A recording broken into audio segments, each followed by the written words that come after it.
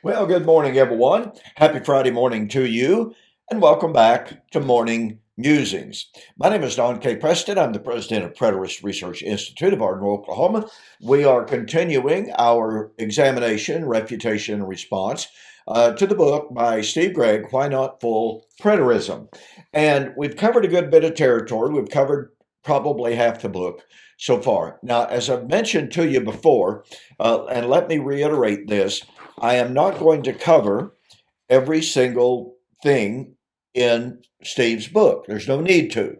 What I've been covering are what I call fundamental issues. And in my upcoming book, Resurrection Feast Fulfilled, and yes, it's upcoming. I don't know when. I hope very soon. But nonetheless, uh, I have a very special study in that book dedicated to examining Steve's hermeneutic. Steve, in the book, over and over and over again, in the book, I only adduce something like 6 examples, but there are many, many more examples than that. But Steve uses what I call the missing word hermeneutic to draw a distinction between passages. And in these passages, he'll take passage A as AD 70. Then he'll go to passage B, which seemingly says the same thing, and says, well, no, this is the end of the world. And how does he know that? Well, because this passage B uses different words from passage A, or vice versa. And because passage B is missing some words that are used in passage A, that proves they must be speaking of different times and different events. So be looking for that book. Lord willing, it will not be long. You and I have spent over 3 years writing the book, and it's been almost a year getting all the bugs worked out because of formatting. The book is very large, and because of its size, I ran into formatting issues that I'd never ever run into before. It's just been absolutely crazy. Okay, so in today's video, I want to cover one of the major texts that Steve appeals to for his proof of a yet future physical resurrection. And in this examination today, we're going to see how Steve uses the different word hermeneutic, even missing word hermeneutic, to set forth his case.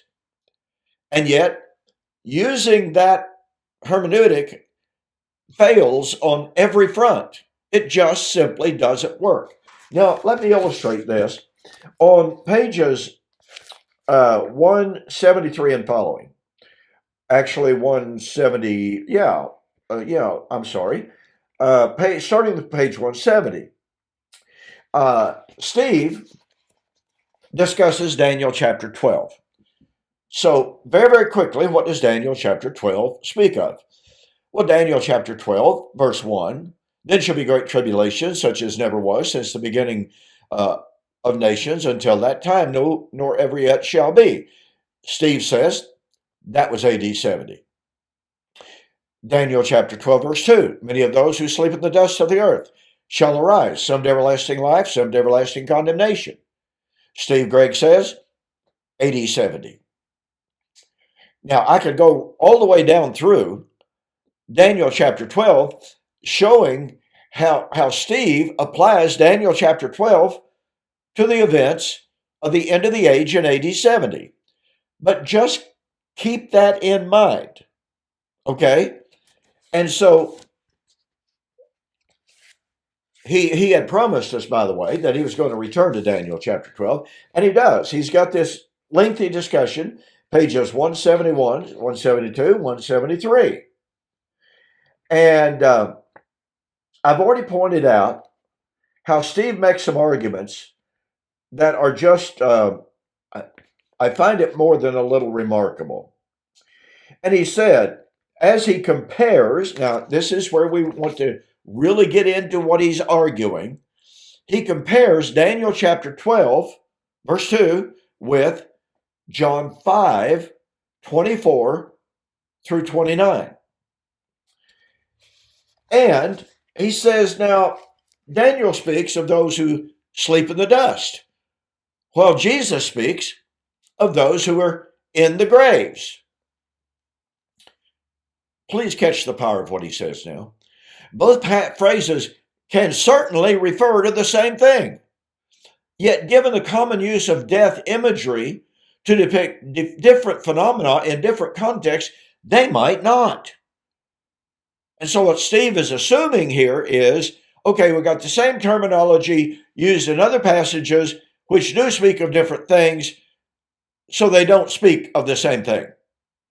Well, he's assuming that the same terminology in different passages doesn't speak of the same thing, doesn't seek to prove it, he just asserts it. What is not noteworthy is that if Jesus was consciously alluding to Daniel chapter 12 in John 5, 24 and following, it is strange that he neither quoted it nor used expressions more verbally similar to it. See what he's arguing? Oh, well, Jesus never said, Daniel said, or this will come to pass to fulfill Daniel. So missing words proves to Steve that Jesus must have been talking about something different from what Daniel was predicting. And then he argues, Daniel speaks of the sleeping ones awakening, while Jesus speaks of those in the graves coming forth. Again, these can easily be seen as synonymous ideas where context warrants, but it's still strange, watch this, that Jesus avoids using the same terminology as Daniel, if he is in fact alluding to Daniel's statement, especially given the fact that Jesus, on other occasions, speaking of dead people's rising as they're being awakened. Well, you need to go back and watch my previous video, ladies and gentlemen, in which Steve argued that in the dust refers to physical death. He said sleeping refers to physical death, not spiritual. And yet, Ephesians chapter 5, verse 14, awake thou that sleepest, and it's literally arise thou that sleepest. Now remember, Steve has told us sleep refers to physical death. And yet Daniel chapter 12, which Steve applies to AD 70, many of those who sleep in the dust of the earth shall arise. So Steve is guilty of a massive case of self-contradiction and inconsistency. On the one hand, sleep and rise and dust refer to physical death. On the other hand, when Daniel uses sleep and rise, well, that's spiritual resurrection. Totally inconsistent. And then he says that the two passages, John 5 and Daniel chapter 12, are not verbally the same. See what he's doing? Different words, missing words. Though the idea could easily be the same. Folks, do you catch the power that on point after point after point, in which he wants to draw a distinction between Daniel and John 5, he makes his point and then says, now it could very easily be true that they are speaking of the same thing. But he says, nonetheless, the outcomes are not verbally the same, though the idea could easily be the same, expressed in different words. Well, thank you. It is the different words that raise questions of whether or not Jesus is alluding to that specific passage in Daniel. In Daniel 12, the two groups rise, on the one hand, to everlasting life, which could be the spiritual resurrection, of which Paul speaks in Ephesians 2 and Colossians 2:12, and on the other hand, to everlasting shame and contempt. This last phrase is popularly quoted in support of the doctrine of eternal torment in hell. However, Daniel does not speak of the conscious experience of those in this group, but of the attitudes of others toward them. You see what he's trying to do? Trying to change definitions. But he continues, There appears to be a closer parallel with Daniel chapter 12, verse 2, though again not a direct quotation, in the prophecy of Simeon, speaking with reference to the infant Jesus in the temple. Behold, this child is destined for the rise and fall of many in Israel, Luke 2 and verse 34. The word rising, by the way, is anastasis in Greek, the normal word for resurrection. See, now we have Steve admitting that the normal word for resurrection, anastasis, is used by Simeon to speak of nothing related to physical resurrection. Folks, that's significant. Now, Steve then begins to attempt to delineate between John 5:24 through 25 and 26, and John 5:28 and 29. Now, remember, he's already tried to delineate between Daniel chapter 12 and John chapter 5. Let's take a look at the previous point. The outcomes of these resurrections are different, Steve tells us. Well, let's see. Daniel chapter 12. Many of those who sleep in the dust of the earth shall arise, some to everlasting life. John chapter 5. All of those who are in the graves shall hear the voice of the Son of Man, and those who hear shall live. What kind of life are they going to be raised to? Is it not eternal life? And some to everlasting shame and condemnation. Now, Steve says that being raised to everlasting condemnation is the way that other people would look upon them. Where did he get that? It's not the text. A person might argue to everlasting shame is coming from other people, but it could also be coming from God. I mean, that's just all there is to it. You cannot limit the shame and condemnation to the way other people are looking at them. It would be God who would give them condemnation. After all, they're the wicked. They're not the righteous.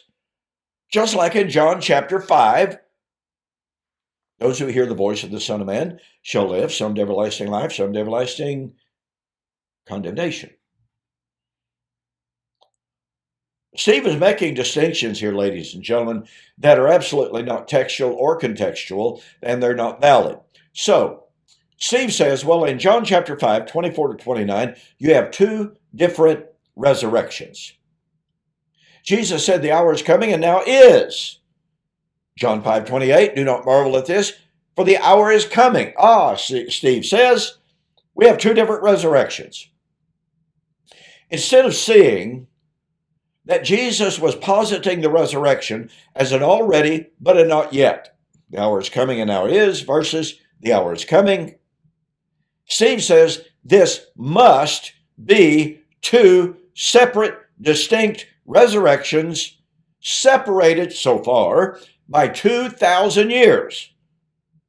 Now, where would you get the idea of a 2 millennia delay or gap between verse 27 and verse 28 and 29? Where would you textually, contextually get the idea of a 2,000-year delay or gap? There is no such gap suggested. But let's take a look at the language. The hour is coming and now is versus the hour is coming. Well, in John chapter 4, same writer, same Jewish writer, and I pointed this out before, but let me drive it home. Jesus said to the woman at the well, woman, believe me, the hour is coming and now is, in which neither in this mountain or in Jerusalem men shall worship the Father. Okay? Steve would say, yeah, see, the change from the old covenant type worship to the new covenant, that time had arrived. But guess what? Jesus then, in the same identical context, says the hour is coming. in which those who worship God will worship him in spirit and in truth. Now, is the time of worshiping God neither in this mountain or in Jerusalem, and the time is coming in which men worship in spirit and truth. Are those two separate times? Separated by 2,000 years? Or is Jesus simply using maybe an Aramaism or Hebraism? Is Jesus, in fact, and indeed, talking about two different times, widely separated from one another when he says that the hour is coming and now is, in which men will not worship in this mountain, but the hour is coming in which men will worship God in spirit and truth. Now, if you're going to say those are two separate times, then the time which had arrived of worshiping neither in Gerizim or on Jerusalem was not the time in which men would worship God in spirit and in truth. Seriously?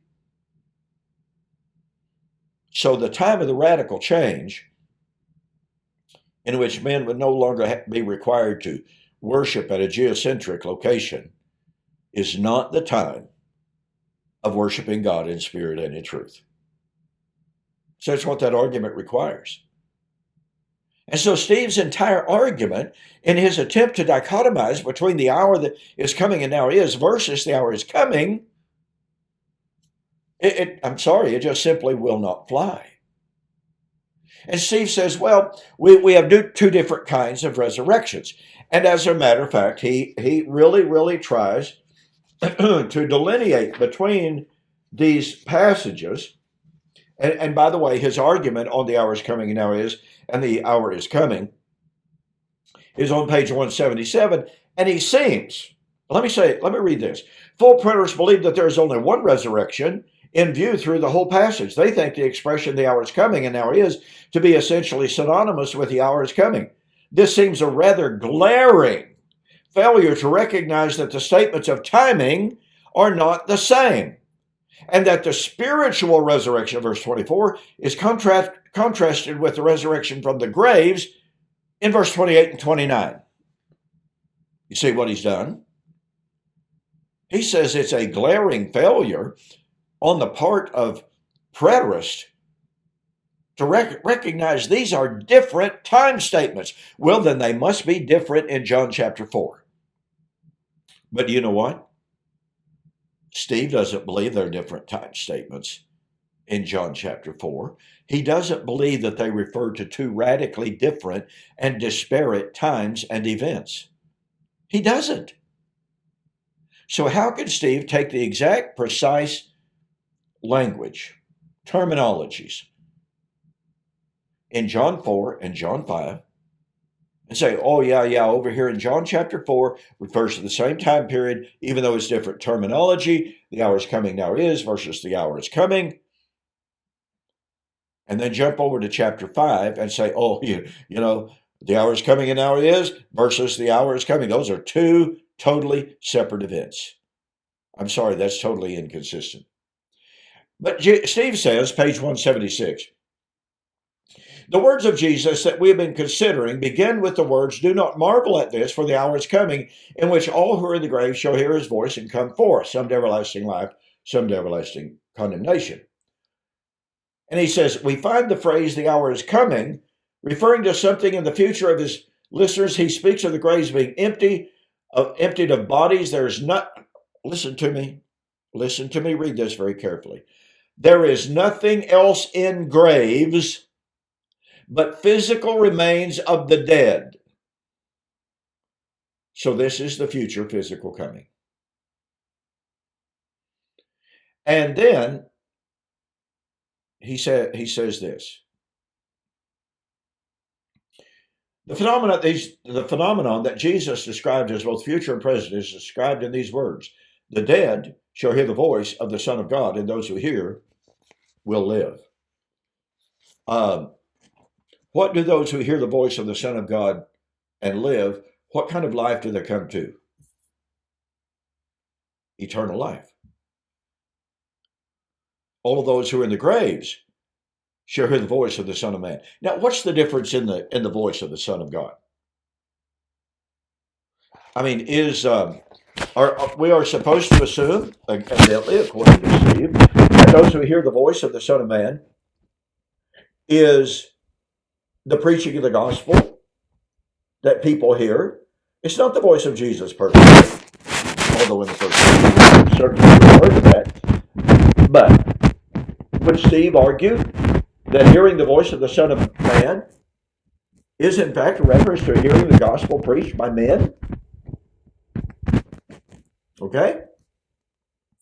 So how does he shift gears from that to the hour is coming in which all who are in the grave shall hear the voice of the Son of Man? And that's the literal voice, the shout of Christ at the supposed end of time. You see, Steve is changing hermeneutical rules in the midst of the stream. You're saying he's changing horses in the middle of the stream. It just doesn't make sense to do that. But then he says the only thing that are in the graves, he speaks of the graves being emptied of bodies. There's nothing else in graves but physical remains of the dead. Well, wait a minute. In Ezekiel chapter 37, the Son of Man, Ezekiel, was given a vision of the valley of dead bones. Those dead bones represented, quote, the whole house of Israel, unquote, that was in Babylonian bondage. They are living, breathing human beings in physical bondage. They are not biologically dead. But wait a minute. God spoke of those constituting the whole house of Israel who are physically alive, but he said, I'm going to put my spirit in you and raise you up out of your graves. Wait a minute. What is the grave? Captivity. Who are the dead? They're represented by the bones and the dust and the graves. But let me reiterate this. They're very much physically alive when Ezekiel wrote. And so Steve's insistence that the only thing in graves, and listen, do you notice he dichotomizes between the hour's coming and now is in which the dead shall hear the voice of the Son of Man. Well, don't marvel at this because all those who are in the graves. And Steve says, oh, you see, the dead are different from those in the graves. Ladies and gentlemen, where are the dead? Where are the dead? Where are the dead in Ezekiel 37? Where are the dead in Isaiah chapter 27? Where are the dead in Isaiah 26, 19 and following? Oh, pardon me. In Isaiah 26, they're in the dust. Remember, Steve says in Daniel chapter 12, which, by the way, is building on Isaiah 26, 19 and following. Those in the dust, that's spiritual. But then he turns around and says, graves is spiritual, but dead is spiritual, but graves is literal.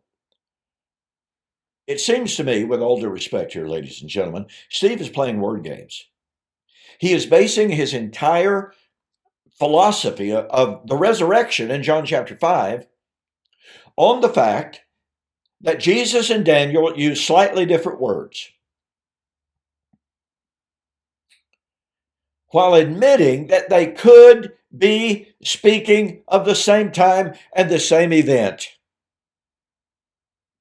But because he simply cannot agree or admit that they're speaking of the same thing, he has to build his case on the use of different words, the use of missing words in the respective text. and then completely and totally ignore Ezekiel 37 and how it contradicts his statement concerning the graves. This is not a convincing argument. Well, I think that's about all for today. Now, listen, don't forget, for the month of September 2023, U.S. orders only, I have a very special package deal on my book, Seal, Vision, and Prophecy, and all things. These are the days in which all things must be fulfilled. This is my brand spanking new book, only been out, a little over a month, slightly over. Now, if you purchase these books separately and paid shipping, you'd pay almost $38. For the month of September 2023, U.S. orders only, total delivered price $31.50. But that's not all.